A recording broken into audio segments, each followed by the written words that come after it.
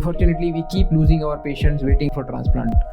किन किन सिचुएशन में हमें लंग ट्रांसप्लांट तक की जाने की ज़रूरत पड़ जाती है? इस पेशेंट में और कब करना चाहिए, ये सबसे इम्पोर्टेंट है। लंग्स पे कैसे अफेक्ट करता है कोविड-19 का? यहाँ पे आपका ऑक्सीजन लेवल इतना कम हो जाता है कि आप बिना वेंटिलेटर नहीं रह सकते। कब हमें लगता है कि ट्रांसप्लांट करना ही एक ऑप्शन बच गया है? लंग ट्रांसप्लांट अगर ना कोई कराना चाहे तो क्या क्या रिस्क बढ़ सकते हैं? जिसमें हम ट्यूमर अंदर से निकाल सकते हैं अगर वो सांस की नलियों में है। अवेलेबल होते हैं लंग्स हमारे पास कि कैसे इसको मैनेज कैसे किया जाता है? उनका chances of having a death is with in 2 years। Lung transplant जो होता है उसका स्टेप बाय स्टेप हम कैसे जाते हैं? Can lead to a scar in your lung. Lung जो ट्रांसप्लांट होता है उसमें एक लंग को ट्रांसप्लांट करते हैं कि दोनों को? लंग ट्रांसप्लांटेशन के बाद भी वो सक्सेस नहीं होता है। वेंटिलेटर भी कम पड़ने लगता है हमको। आर्टिफिशियल लंग्स के बारे में तो वो कैसे वर्क करता है? ओल्ड पीपल जो होते हैं उनका जो लंग ट्रांसप्लांटेशन है वो ज़रूरी है नहीं है? Transplant is never a first option. Welcome sir, मैं आपका स्वागत करती हूँ अपने न्यू पॉडकास्ट में। Thank you Veena ji for having me here. तो जो लंग ट्रांसप्लांट की बात करते हैं हम तो किन किन सिचुएशन में हमें लंग ट्रांसप्लांट तक की जाने की ज़रूरत पड़ जाती है? Thank you Veena ji for bringing this topic. This is very close to my heart and I'm involved in lung transplantation for last more than 3 years. And we have started doing transplant. Ours is the only institute doing a lung transplant in Pune right now. And जैसे आपने पूछा कि किस patient में, क्योंकि respiratory problems are many, और किस patient में और कब करना चाहिए, ये सबसे इम्पोर्टेंट है। कि जब भी पेशेंट रेस्पिरेटरी डिसीज़ इतना सीवियर हो जाए कि जिसमें पेशेंट थोड़ा भी वॉक करने पे उसको सांस चढ़ रही है या उनको ऑक्सीजन का ज़रूरत पड़ रहा है, उनको ऑक्सीजन लेवल ड्रॉप हो रहा है, कोई भी टर्मिनल लंग डिसीज़ बोलते हैं या फिर एंड ऑफ लाइक बहुत सीवियर डिसीज़ जब हो जाता है तो there are criterias which guides us to decide which patients to be selected for transplant. So depending on the disease, so अगर जैसे मैंने बोला कि lung fibrosis which is the commonest indication to go for a transplant. Okay. Almost हम जो 100 transplant करेंगे उसमें से 70% are lung fibrosis related. Okay. So there are different criteria. जैसे in case of lung fibrosis, अगर if you are not able to walk even 180 meters in 6 minutes, if your oxygen level is dropping while walking, if you are requiring oxygen support, if you are requiring recurrent admissions, if your carbon dioxide is increasing, जैसे हमारा oxygen तो कम हो ही रहा है but carbon dioxide भी बढ़ रहा है, so these are the indications where we consider such patients for transplant. So depending on disease, जैसे एक लंग फाइब्रोसिस मोस्ट कॉमन हो गया, other thing is COPD, chronic bronchitis उन पेशेंट्स में, but the criterias will be slightly different depending on the disease, type of disease. वैसे ही एक बीमारी है जैसे वैस्कुलर डिसीजेस, जैसे सांस की जो हमारी ये रहती खून नलियाँ रहती है उनकी भी डिसीज़, या पल्मोनरी वेस्कुलेचर, पल्मोनरी वेसल्स की डिसीज़ होती है, कॉमनली पल्मोनरी हाइपरटेंशन। हाँ, if it is a idiopathic pulmonary hypertension, बहुत बार मतलब कोई रीज़न नहीं है बट आपका जो लंग्स का ब्लड प्रेशर है वो बढ़ा हुआ है, तो ऐसे केसेस में your oxygen level will be normal, the patients look normal. So जैसे अदर केसेस में हमको दिखता है कि पेशेंट हाफ रहे हैं या फिर ये करने पे उनको ऑक्सीजन असेस करने पे उनका लेवल कम है, but in case of pulmonary hypertension your oxygen levels are normal and these are at a younger age. बहुत बार ये 20 या 30 की उम्र में होते हैं, दिखने के लिए नॉर्मल दिखते हैं, बट जब आप उनको एक्सर्ट कराएंगे तब उनका ऑक्सीजन ड्रॉप होता है या they are not able to exert more, है ना। तो ऐसे केसेस में भी हमको ट्रांसप्लांट कंसिडर करना पड़ता है, depending if they are fitting into the criteria given by international societies. So जैसे मैंने बोला कि हम this is a last resort, transplant is never a first option. जब हम सब मेडिसिन के ऑप्शंस है वो सब हमने ट्राई करके हो गए हैं, और ये सब मेडिसिन लेने के बावजूद अगर बीमारी बढ़ते जा रही है, which we monitor with the pulmonary function test, we monitor with walk distances, we monitor with their cardiac evaluation with 2D echo, with their CT scans. If the disease is progressive over 6 months or a year, then we have to consider such patients for transplantation. Covid में सबसे ज़्यादा affect किया है हमारे lung को, तो उस समय जो लंग का हो रहा था कि ऑक्सीजन ही नहीं फॉर्म हो रहा है, तो उस समय लंग्स को अगर हम देखें सिर्फ, क्योंकि कोविड अभी भी हो रहा है, लोगों को उससे जान अभी भी जा रही है, लेकिन इतनी मात्रा में नहीं जा रही है जिस तरीके से उस टाइम जा रहा था। तो हम इसको समझेंगे कैसे कि लंग्स पे कैसे अफेक्ट करता है कोविड-19 का, या बहुत सारे वेरिएंट हैं उसके। सो जिस तरीके से पुराने वायरसेस होते थे वैसे ही कोविड हमारे लंग्स को अफेक्ट करता था। वो because we didn't had immunity against it, that it became a pandemic. हमारे पास किसी के पास इम्यूनिटी नहीं था। Now since we are immune to it, तो आपने जैसे बोला कि अभी स्पोरेडिक, मतलब कभी कभी एक आधा केस आएगा जो कोविड के साथ आएगा, या फिर जो बहुत सीवियर इन्फेक्शन के साथ आएगा। तो जो जैसे हमने डिस्कस किया कि वो it can present as a pneumonia, Covid related pneumonia होता था। और अगर वो निमोनिया बहुत सीवियर हो जाता है, उसको if it is affecting like more than 60-70% of your lung, then we call it as a acute respiratory distress syndrome, जहाँ पे आपको वेंटिलेटर का जरूरत पड़ जाता है, जहाँ पे आपका ऑक्सीजन लेवल इतना कम हो जाता है कि आप बिना वेंटिलेटर नहीं रह सकते हैं। तो इसको हम ARDS बोलते हैं, एक्यूट रेस्पिरेटरी डिस्ट्रेस सिंड्रोम। तो बहुत बार बिकॉज एज वी सेड कि वायरसेस म्यूटेट करते रहते हैं, तो we don't have much of treatment options for them apart from keeping the symptomatic treatment and जितना भी आपका इन्फ्लेमेशन है वो कम कर सके। बट मीनवाइल जब अनफॉर्चुनेटली हमने उस टाइम पे तो बहुत सारे पेशेंट हमने खो दिए थे कोविड के टाइम में, because of lack of knowledge about the disease. But जैसे ही अभी now we are able to maintain these patients on ventilator और sometimes on oxygen, but ultimately these patients can develop fibrosis.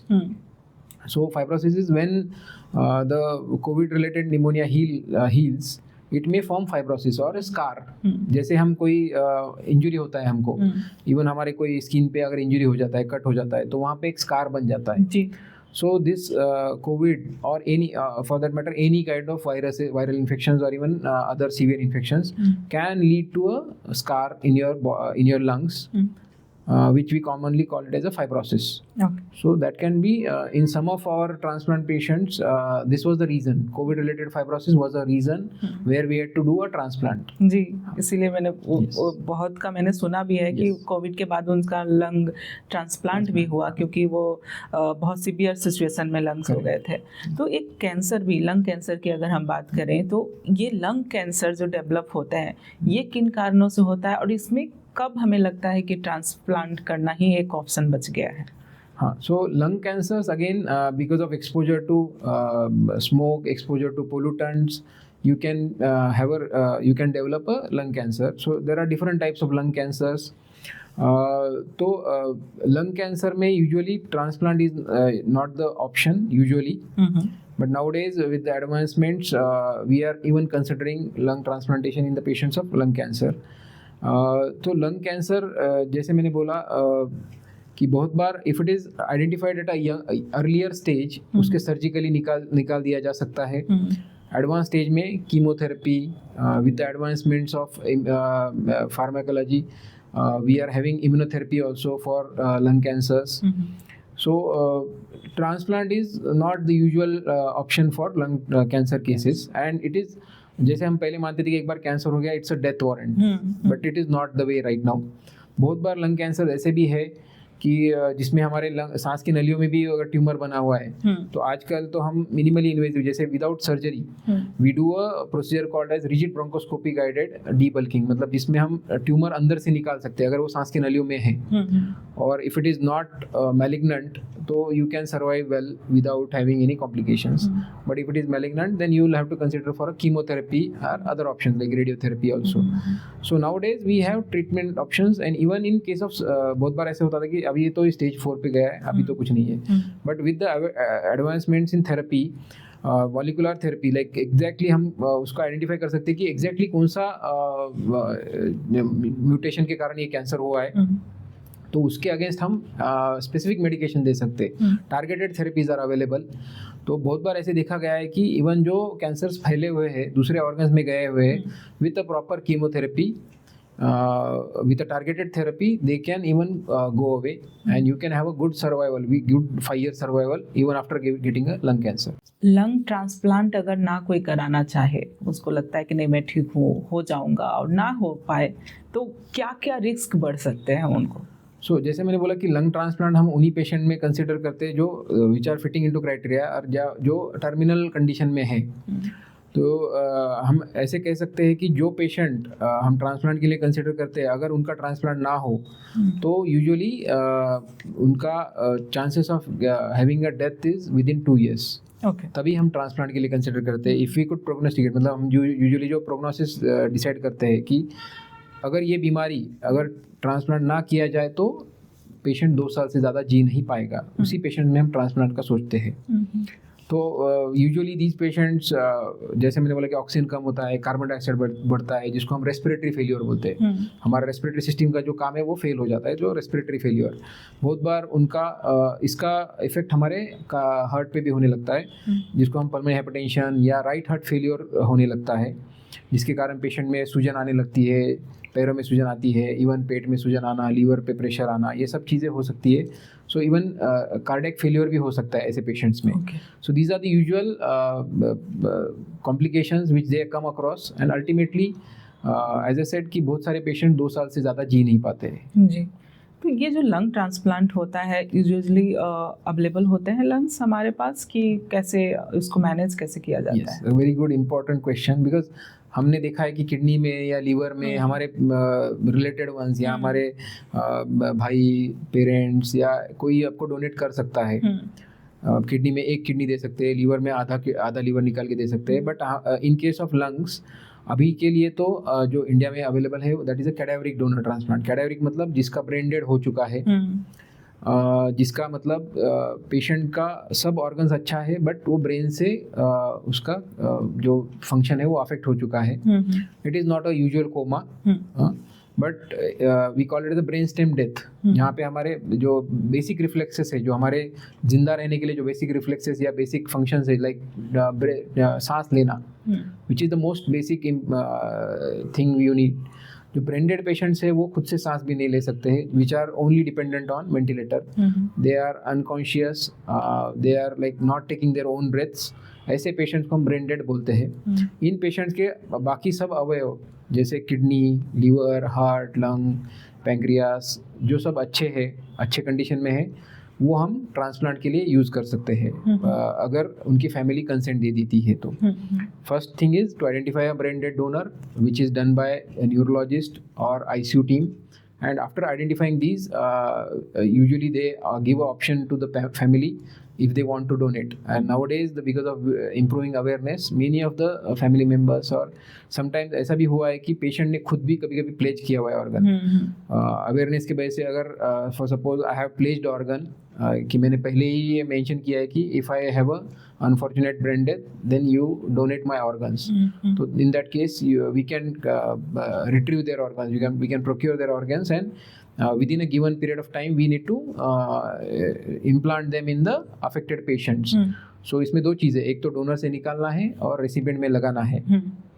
So these recipients मतलब जो lung से जिनके lungs affected है और जो ट्रांसप्लांट के लिए वेटिंग में है, तो ऐसे पेशेंट्स में लगाया जाता है। तो it goes on for like 10 to 12 hours. It's a long procedure, it takes like we can एक बहुत बड़ा टीम लगता है ट्रांसप्लांट के लिए। It's not a single person's job, so बहुत बड़ी team, almost I can tell you that it we usually need a 50 staff which are doing their own like different काम रहेंगे, हर एक का वो करते रहते हैं। तो ये इसका अवेलेबल कैसे है, मतलब अवेलेबल हो जाता है? क्योंकि हार्ट का मैं तो देखी हूँ कि जब किसी का डोनेट होता है तो बेंगलोर से होके जा रहा है कहीं किसी और स्टेट में, तो एम्बुलेंस भाग रही है, सेम चीज़ प्रोसीजर होता होगा। तो ये जैसे किसी को अभी ज़रूरत है तो कितना वेटिंग लिस्ट उनको रहना पड़ता है? हाँ, so brain dead donations are unpredictable. जो अगर हम स्टेटिस्टिकली देखें तो ब्रेन डेड जो कॉमनली होता है, एक तो एक्सीडेंट के कारण हो सकता है, या ब्रेन में स्ट्रोक होने से, या मतलब ब्रेन में हेमरेज होने से, या इसी तरीके के कुछ कारण जहाँ पे ब्रेन डेड हो गया आपका। अनफॉर्चुनेटली हमारा कंट्री में, हमारे देश में अभी तक डोनेशन रेट से वो बहुत कम है। अगर हम डेटा भी देखें तो हमारे देश में अगर 18 से 20 हज़ार ट्रांसप्लांट हो रहे हैं तो maximum of them are by the family members, donations by the family members which are in case of liver and kidney. But like for heart और लंग्स जहाँ पे ऑप्शन नहीं है, देयर इज नो, और या other cases like pancreas and other transplant also, जहाँ पे आपको लिविंग डोनर नहीं पॉसिबल है, जहाँ पे लिविंग पर्सन आपको डोनेट नहीं कर सकता है, उन केसेस में we are dependent on cadavers and the donation rate, cadaveric donation rate is very less in India. अगर हम 10 लाख पॉपुलेशन में देखें जो जिस में स्टैंडर्डाइज किया गया है डेटा वर्ल्ड वाइड, तो यहाँ पे इंडिया में हमारा यहाँ पे डोनेशन रेट इज ओनली 0.8 पर 10 लाख। अगर हम 10 लाख पॉपुलेशन में सिर्फ एक से कम करते हैं और हार्डली वी कैन कंसिडर एक डोनेशन पर 10 लाख पॉपुलेशन। कंपैरेटिवली अगर आप यूएस में, यूके में या फिर अदर जो यूरोपियन कंट्रीज है वहाँ पे देखेंगे, the same rate goes to up to 40, 50, 60s। Though they have a lesser population but their donation rates are much higher. इतना ज़्यादा है हमारे से, कुछ even Spain has the highest, it is around 100 also. So बहुत सारे countries में there is a option of opt out, मतलब अगर कोई ब्रांडेड होता है तो they consider it as a donation granted unless the family doesn't want to donate. Okay, so opt out option, they अगर उनको नहीं करना है तो ही वो नहीं होगा, अदरवाइज वो they will be considered as for transplantation. So in Indian setup nowadays we hardly get 1,000 or 1,000, 1,200 donations per year, which is far less because the waiting patients are too much, or unfortunately we keep losing our patients waiting for transplant. So it's a like we can't predict the exact duration, but usually they'll have to wait for 3 months, 6 months, even up to 1 year for transplantation. If they survive till then, they can undergo transplant. क्योंकि अब मुझे वही लगा कि kidney और liver का तो हो जाता है, फैमिली मेम्बर ही तैयार हो जाते हैं देने के लिए, लेकिन लंग्स और हार्ट का तो बहुत रिस्की है। और इंडिया में तो ये माना जाता है कि बॉडी के साथ ही आपको जलाना है, दाह संस्कार करना है, क्योंकि पूर्ण जन्म की बात आती है हमारे रिचुअल्स में, और फिर उसमें होता है कि बॉडी के साथ ही जन्म होगा आपका। अगर आप आई डोनेट कर लेते हो, हार्ट डोनेट कर लेते हो, कुछ ना कुछ प्रॉब्लम आएगा, ऐसे मिथ है हमारे सोसाइटी में। और उसको हम जोड़ के देखते हैं कि जब पूर्ण जन्म होगी तो उस अंग से कम में पैदा होंगे, तो जो कि ऐसा नहीं है। तो अगर कोई डोनेट करना चाहते हैं तो प्लीज़ आइए सामने और इस मीथ को तोड़ते हैं। और दूसरे की बॉडी में आपका लंग होगा और बहुत सारे बॉडी पार्ट होंगे तो हेल्पफुल होंगे। बहुत ही अच्छा आपने ये अपील किया है, क्योंकि एक अगर डोनर, हेल्दी डोनर, उसके सब ऑर्गन्स अगर डोनेट करना चाहे तो वो कम से कम 7 से 8 पेशेंट्स की जान बचा सकता है जी। And they can like he will be living in their form, the patient will keep living in their form। और जैसे आपने बोला ऐसा, these are the myths, कि उससे associated religious myths होते हैं बहुत बार। Even our Prime Minister Mr. Modi ji has appealed everyone, and he has even during his मन की बात 99, if I remember 99th मन की बात थी, उसमें भी उन्होंने बोला था कि आप डोनेशन के लिए आगे आइए, ट्रांसप्लांटेशन के लिए आगे आइए। So we all should think, and many of the religious leaders have also spoken about it, कि आप ये कर सकते हैं। लंग ट्रांसप्लांट जो होता है उसका स्टेप बाय स्टेप हम कैसे जाते हैं, क्या प्रोसेस होता है लंग ट्रांसप्लांटेशन का? जब भी हमारे पास कोई पेशेंट रेफर होते हैं जो हु नीड्स अ ट्रांसप्लांट, हम उनका आने के बाद डिटेल इवेल्युएशन करते हैं, विच इंक्लूड्स कि उनके अदर ऑर्गन्स, वाइटल ऑर्गन्स जो है, उनके किडनी, लीवर, कार्डियक स्टेटस, ये सब इवेल्युएट किया जाता है in detail. If they are there any risk factors और कॉम्प्लिकेशंस पॉसिबल पोस्ट ट्रांसप्लांट, वो भी असेस किया जाता है, जिससे हम प्रोग्नोस्टिकेट कर सके कि ये ट्रांसप्लांट सक्सेस होगा या नहीं। ये सब हम पहले आइडेंटिफाई करते हैं। इसके बाद हमारा एक टीम मीटिंग होता है मल्टी डिसिप्लिनरी टीम मीटिंग जहाँ पे जो ट्रांसप्लांट सर्जन्स है, ट्रांसप्लांट एनेस्थेटिस्ट, ट्रांसप्लांट पल्मोलॉजिस्ट साथ में बैठ के ये डिस्कस करते हैं। अगर उसमें कोई मेजर कॉम्प्लिकेशन होने की चांसेस है या फिर ऐसा कुछ प्रॉब्लम है जहाँ पे हम ट्रांसप्लांट नहीं कर सकते, कॉन्ट्रा इंडिकेशन है, तो उनको डिक्लाइन किया जाता है। But mostly 95% of the patients are eligible and they once they are qualified for or they are fit for transplant, we register them at NOTO level, जहाँ पे NOTO मतलब national organisation for tissue and transplant authority, तो वहाँ पे हम register करते हैं through ZTCC local zonal transplant committee के थ्रू ये रजिस्टर किया जाता है। और during waiting these patients are put on a rehab programme, जहाँ पे हम पेशेंट्स को रेगुलर फिजियोथेरेपी कराते हैं, even if they are oxygen dependent, if they are not doing any activities at home, we call them regularly. और then these patients do depending on their strength, we start their physiotherapy. There are different equipments available. Some of our patients even do like treadmill, even do cycling, even there are multiple other equipments which we have a dedicated rehab department for these patients. यहाँ पे हमारे physiotherapist उन पे काम करते हैं, उनका walk distance बढ़ाने का कोशिश करते हैं, उनका स्ट्रेंथ बढ़ाने का कोशिश करते हैं। Because if these patients are too weak, because हमने देखा है कि ऑक्सीजन डिपेंडेंसी के कारण या उनका जो वेट लॉस होता है ये बीमारी के कारण, उसके कारण पेशेंट बहुत ही वीक हो जाते हैं। और अगर इन्हीं पेशेंट में अगर ट्रांसप्लांट किया जाए विदाउट अ रिहैब, तो इट बिकम्स वेरी रिस्की और it becomes very difficult to recover them from after process of transplantation. तो इसलिए rehab is very important. We also optimise their diet, जहाँ पे उनका हाई प्रोटीन डाइट दिया जाता है, उनका वेट लॉस प्रिवेंट करने के लिए उनके डाइट में चेंजेस किए जाते हैं।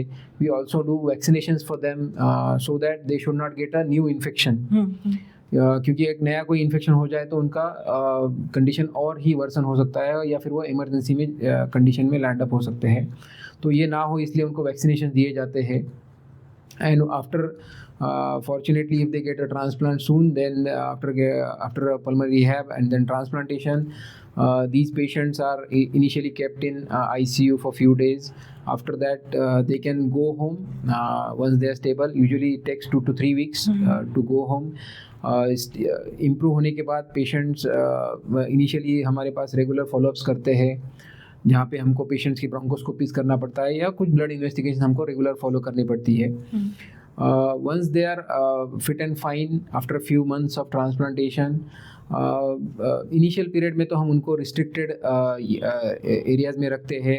They are not allowed to go in society because lungs ऐसा organ है जो directly environment से ये है संपर्क में है, तो directly उसमें infection जा सकते हैं, pollution जा सकता है which can affect your new lungs also. तो वो हमको प्रिवेंट करना है, तो इसलिए हम पेशेंट्स को थोड़ा सा आइसोलेशन के लिए एडवाइस करते हैं। और इन इंडियन सिचुएशन जो हमारे बहुत सारे पेशेंट्स ऐसे हैं कि जो अब्रॉड में रहते हैं ट्रांसप्लांट करके, तो उन पेशेंट्स में इतना रिस्ट्रिक्शन नहीं है कंपैरेटिवली इंडिया में, क्योंकि our population density is too much. So अगर भीड़ में कोई जा रहा है तो the risk of catching infection is more. तो इसलिए हम ये पेशेंट्स में यूजुअली उनको जैसे हम कोविड के टाइम में जो ये मेंटेन करते थे हाइजीन, या फिर जैसे हम डिस्टेंसिंग करते थे सोशल डिस्टेंसिंग, उसी तरीके से हम पेशेंट को एडवाइस करते हैं। They should refrain from going in crowds and they you should always use a N95 mask when they are going for a going to be in the society. बहुत सारे हमारे पेशेंट्स हैं younger age में जो transplant के बाद में they start doing their jobs. बहुत सारे पेशेंट्स हमारे one of our patient is a police officer, one of our patient is a banker, so they have started their jobs but with due precautions. They can do normal activities. हमारे patients ऐसे भी हैं जिन्होंने after doing a transplant they have trekked also.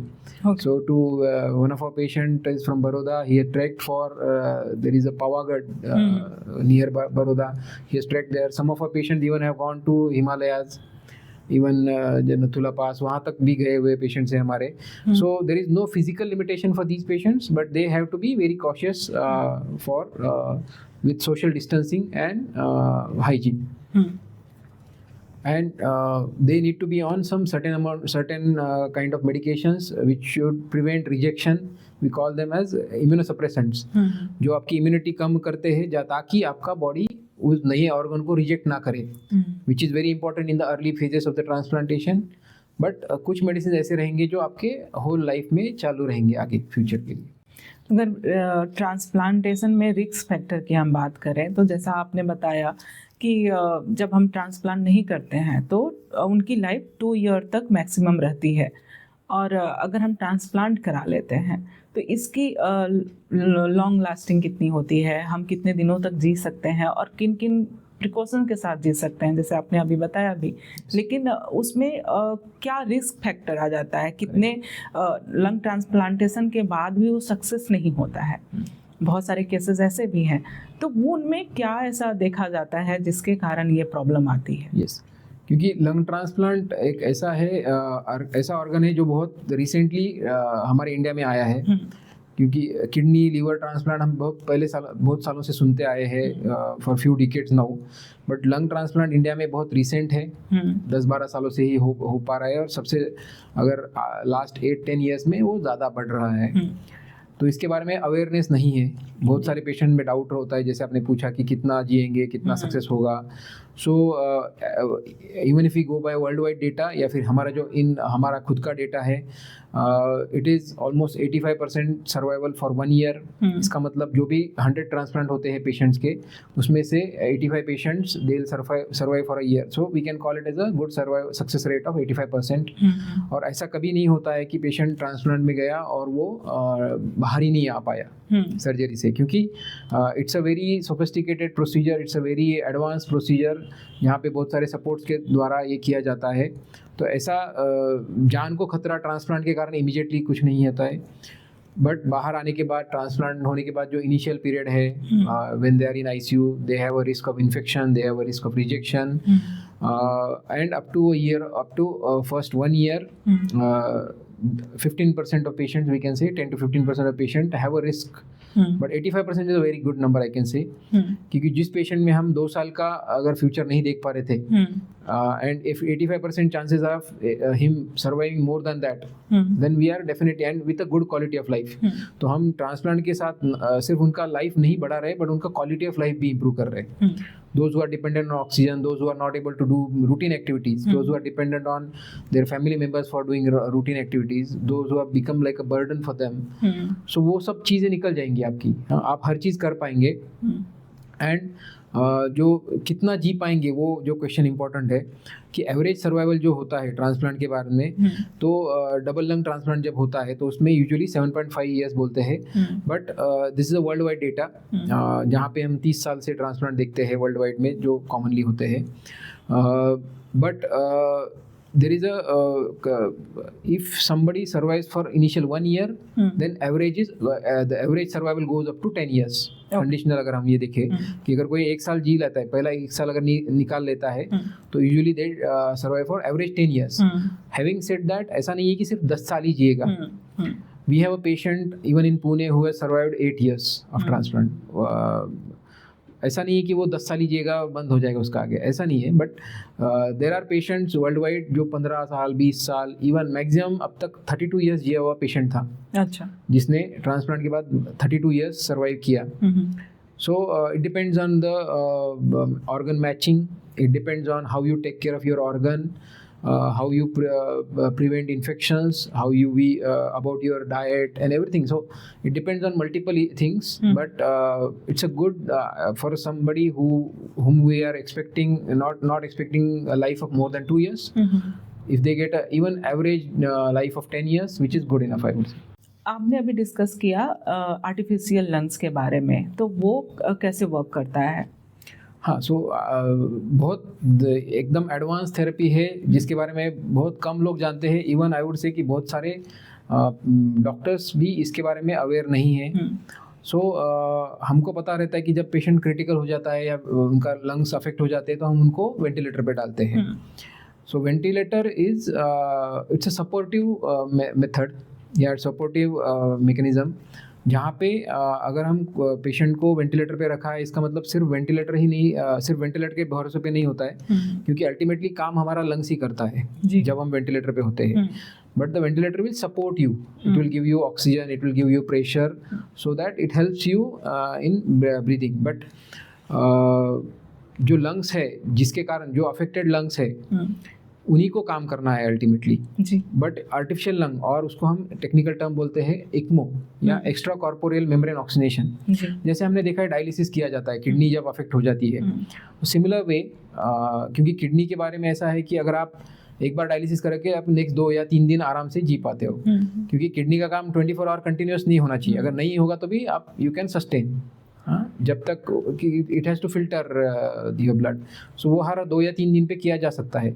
But in case of lungs it is a 24/7 process, so it's a similar to dialysis. There will be एक oxygenator होगा या artificial lung होगा जो आपका पूरा ब्लड हर 1 मिनट में उसमें से पास होगा और वो फिल्टर करेगा, जिसमें आपके ब्लड को ऑक्सीनेट किया जाएगा और कार्बन डाइऑक्साइड निकाला जाएगा।